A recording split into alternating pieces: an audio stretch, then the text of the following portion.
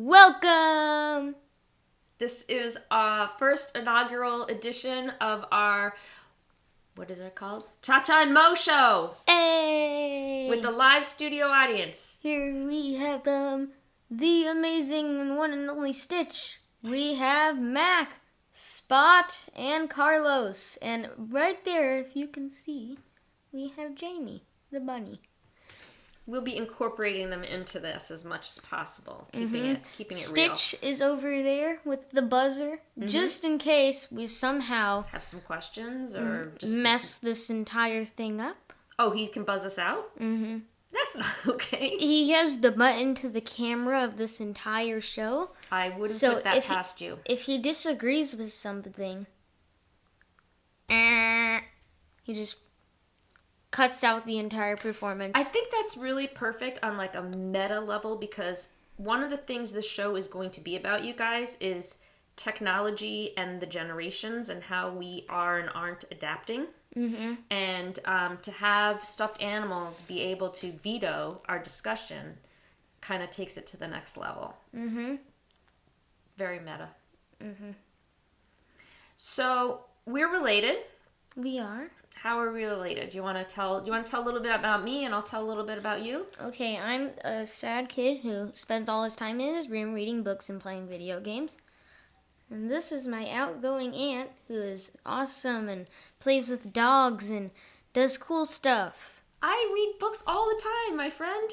Hmm. All the time. In my room. That was me. Bookworm. Bookworms grow up to be butterflies. What? Mixed metaphor. I don't know. Bookworms grow up to be butterflies? Book caterpillars? Yeah. This is an excellent podcast, by the way. Yeah. You should consider donating because... we don't need anything? Yeah, it's perfect. All the donations would go for is snacks. To get more buzzers and snacks and a mini fridge, maybe. A mini fridge. A mini fridge. You can't have a podcast without a mini fridge. We're trying. Sure. We're flying solo here, but it's going to be hard without a mini fridge. So I came over last week to see Moe's new setup, and I was blown away. It is possibly more sophisticated. It is more sophisticated than a lot of the radio studios I used to work in.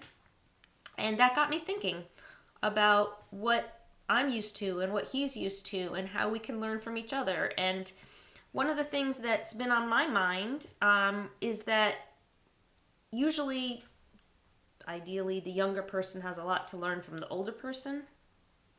But I feel like I have so much more to learn from you. I want to be more like you. That's a good thing to want to be. Yeah? I'm a cool person. Yeah? Who spends all his time being an introvert in his room, reading books and playing video games. Do you think introvert is a bad thing? It depends. If you're talking about like your dream, being a person who spends their time in a very, very small room reading books and playing video games, then absolutely, it's a horrible thing.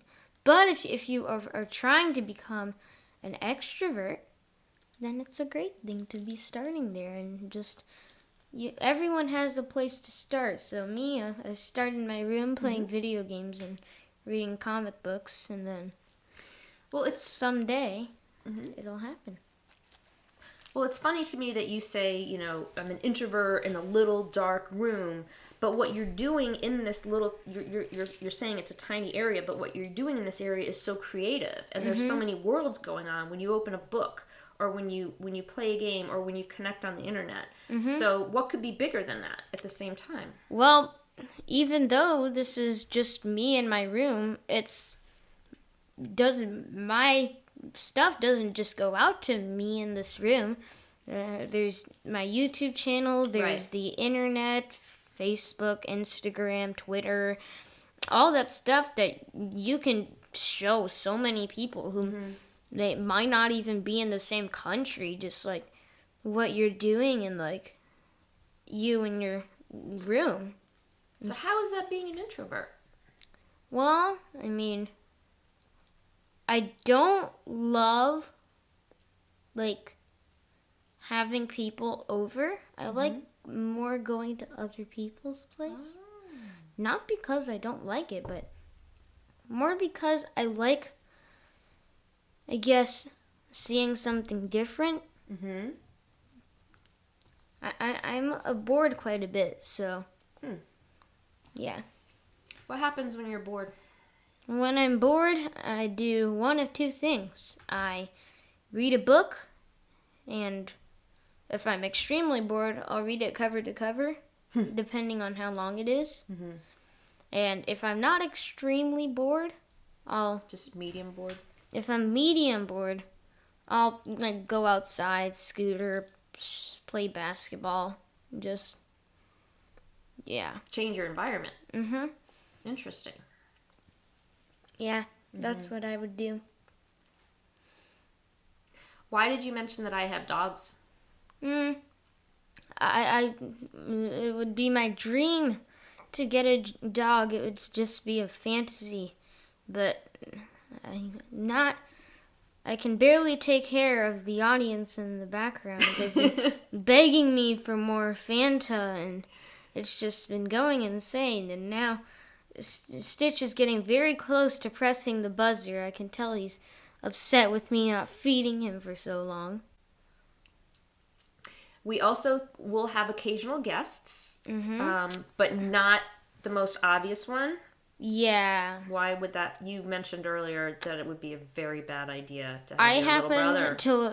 The reason I like hiding in this room, and it's actually kind of a sad thing, but there is a monster who lives in my house.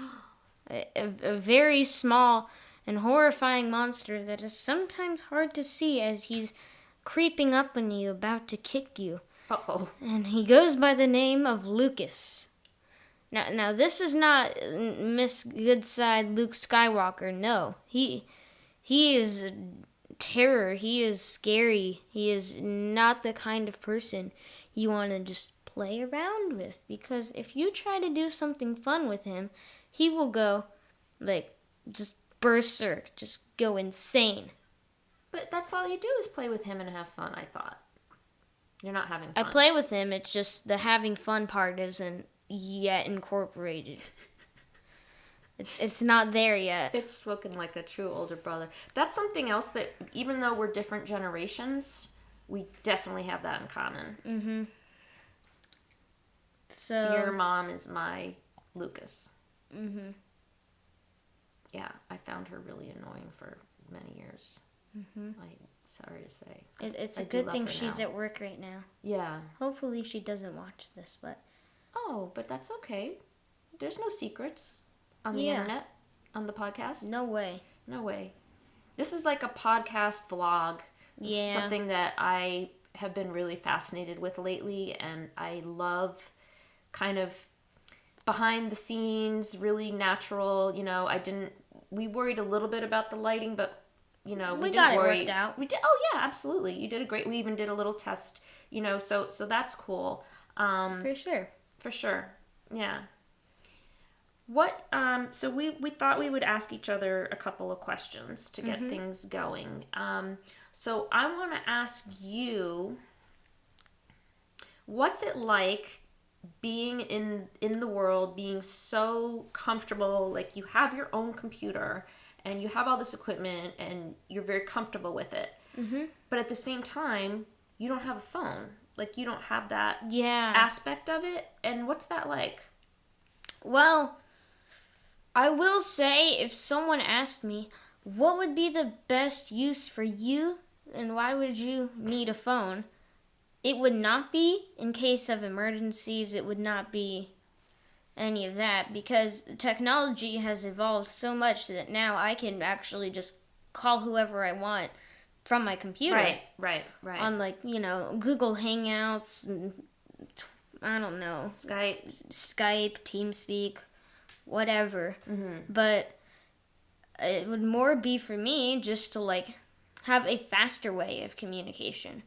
Because even though you can call people from here, emails do not go through as fast as saying you can email someone saying hello. It's not going to go through as fast as like hello on like, I don't know, Apple Messages or whatever.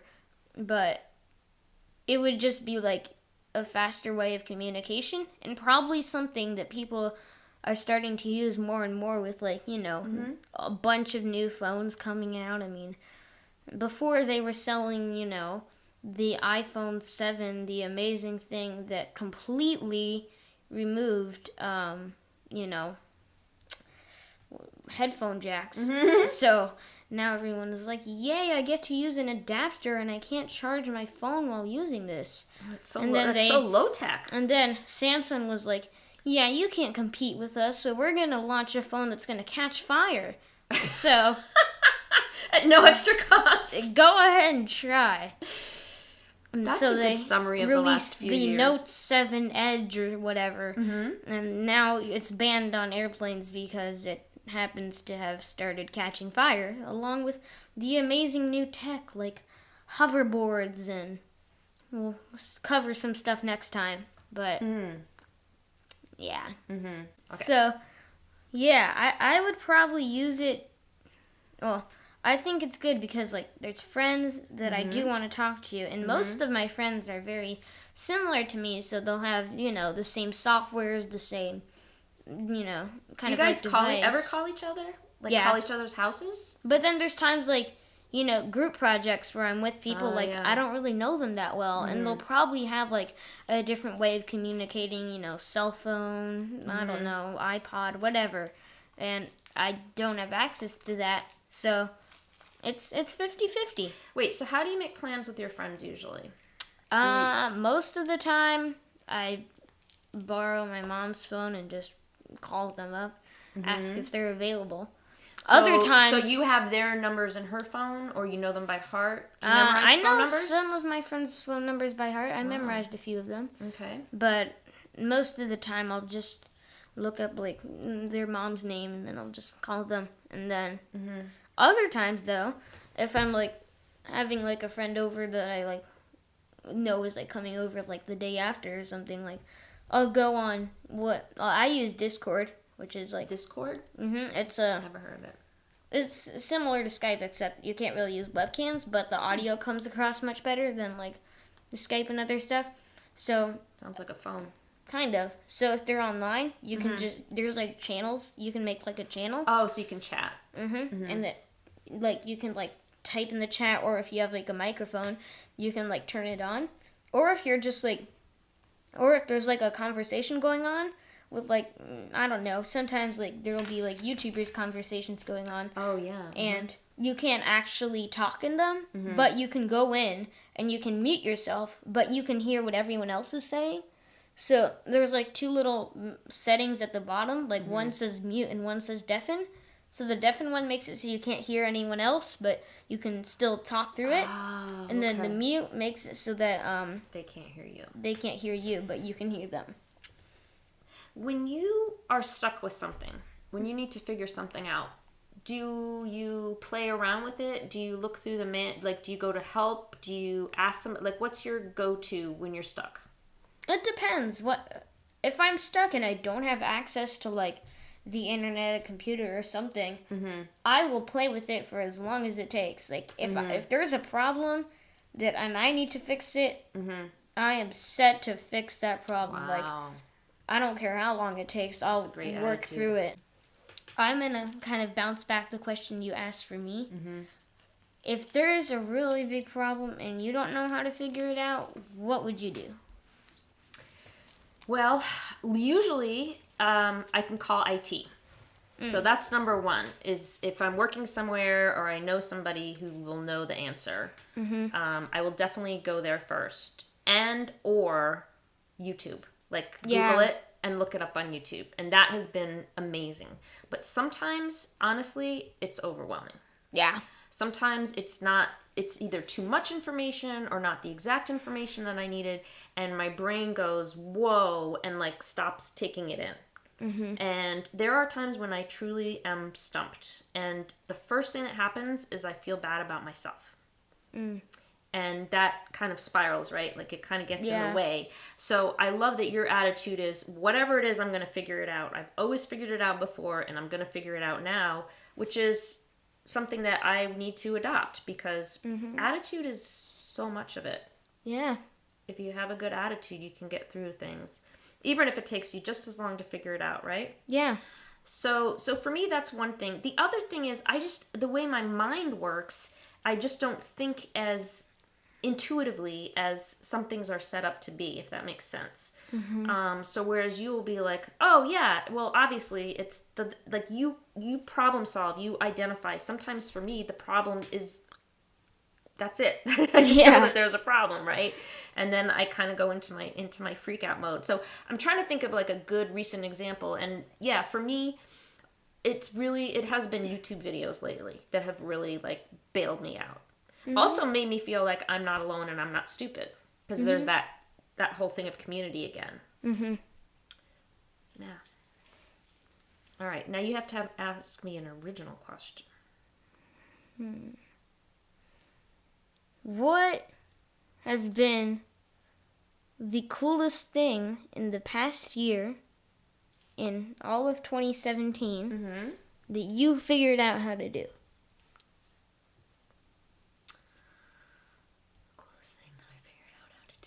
Well, I started volunteering on a crisis text line, and it had a great training. And the training, so that's not me figuring it out, though. That was me figuring out that would be a good training to do. But I'm so grateful that I did, because I learned a lot about listening and asking the right questions and getting people to open up, or helping people to problem solve in their own lives. Not technical stuff, but you know, just when they're feeling crappy, let's say. So I feel really grateful that I connected with this organization that's so smart, but I maybe can't take credit for figuring that out. Gosh, another thing I figured out is, and again, it's not rocket science, but I kind of came back to how much I love reading and making that a priority again. Because the last few years I haven't read that much. So I made it a point to go to the library, got my library card, and carving out time every night, at least before I go to sleep. That's when I can read a little bit. And so that's been awesome. So I had to figure that out, believe it or not. Yeah. Yeah. But again, that's not like a technical skill, like what we've been talking about. Yeah. But I guess that's okay. It's still okay. It's doesn't have to be technical. It's just the thing you've discovered. What about you? I think the coolest thing I discovered throughout 2017 was a talent I didn't really know I had, which is that throughout 2017 I took a couple online courses on 3D modeling with a program called Blender. And I made some really, really cool renders on there that were really fun to make, and they were first impression of Blender. When I downloaded it and I opened it up, I was like, how am I ever gonna learn this? It looked like so like that I relate to. So many drop downs, like so many menus. I was like, how am I gonna learn ever like what thing is which? But I think it's just like the color and the display of how it looked that like disintrigued me, because here disintrigued? Yeah. I made up that word. Well, but I love that, because that is so, you're visual, right? You must be a very visual learner. And, I am and a I visual think learner. that has definitely been for me. One time I used to try to learn things by like breaking it down into the steps. It's like, so you click on this and then you definitely go to this, and that didn't work for, like I would have these like lists of things to do. And then I realized, no, I've got to think it through. I've got to see what's there and do it logically. And so that became a completely different way of thinking, rather than just saying, okay, it's just steps. It can't be just steps, because there's so many variations of the way things can go. So again, it's like presentation and approach. It's your approach. And your approach, you were what was it? I was disintrigued. Love that. Yes, word of the day. Let's get it going Word there. of the day. Yes. Now, the stuff you were talking about on Blender, could you show us a little bit, like edit it in? Yeah, so here's a couple of the renders I made. Mm-hmm. Yeah, most of them, depending on how well I'm concentrated, they can take from 1 hour to 3.5. Mm-hmm. And yeah, I mean, it's just all kind of like dependent on how well I've like been able to like look through it and like, design it. And I made one of my YouTube intros, one of my older ones, using Blender, because not only can you 3D model, you can also do like animation on there by, just like having like different frames. And then the cool thing is there like a thing on there where you click like one button and it fills in some of the in-betweens of like the frames. Wow, that is so cool. So here, I'll show the animation right now. And that was like something I made for my YouTube channel, MCA Day. I decided not to use it because my friend made me a cooler one, not using Blender. But it was still really hard to do, and I was still proud of it when I finished it. So it came out really cool. And then at the same time, you were doing cartooning, like drawing, like old school. I was doing a lot of drawing then too. In 2017, I got extremely into drawing. Yeah. I was learning how to draw cartoons and really cool stuff. And I drew an extremely realistic eye, and I just kind of got like really hooked. I took a Udemy class by a guy named, I believe, Jason Batchelor. I'm not exactly sure. What was it through? It was through drawing and cartooning, and I saw it was on an extreme discount for Black Friday. So for my Black Friday thing, we are related. I got a Udemy class on drawing. And on the first thing, he guided us to make a super realistic eye, and it was like the most advanced thing we would learn. And the reason he was doing it first is, and my still turned out pretty good. And the reason he was making us do that first is because at the end of the lesson, at the end of the whole course, he wanted us to draw that exact same eye and put them side by side and see how much we grew. Yes. Which I thought was really, really cool. Seeing eye to eye. I don't know. I think that was just like the punny joke that made it.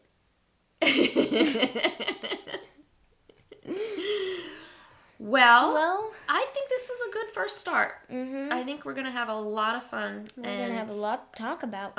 Always a lot to talk about. And can I just say, even though, again, it's like that whole high-tech, low-tech thing, which is that I guess we could do this from anywhere, but I still love that you're here in LA and that we're close together and that I get to see you and hug you and love you.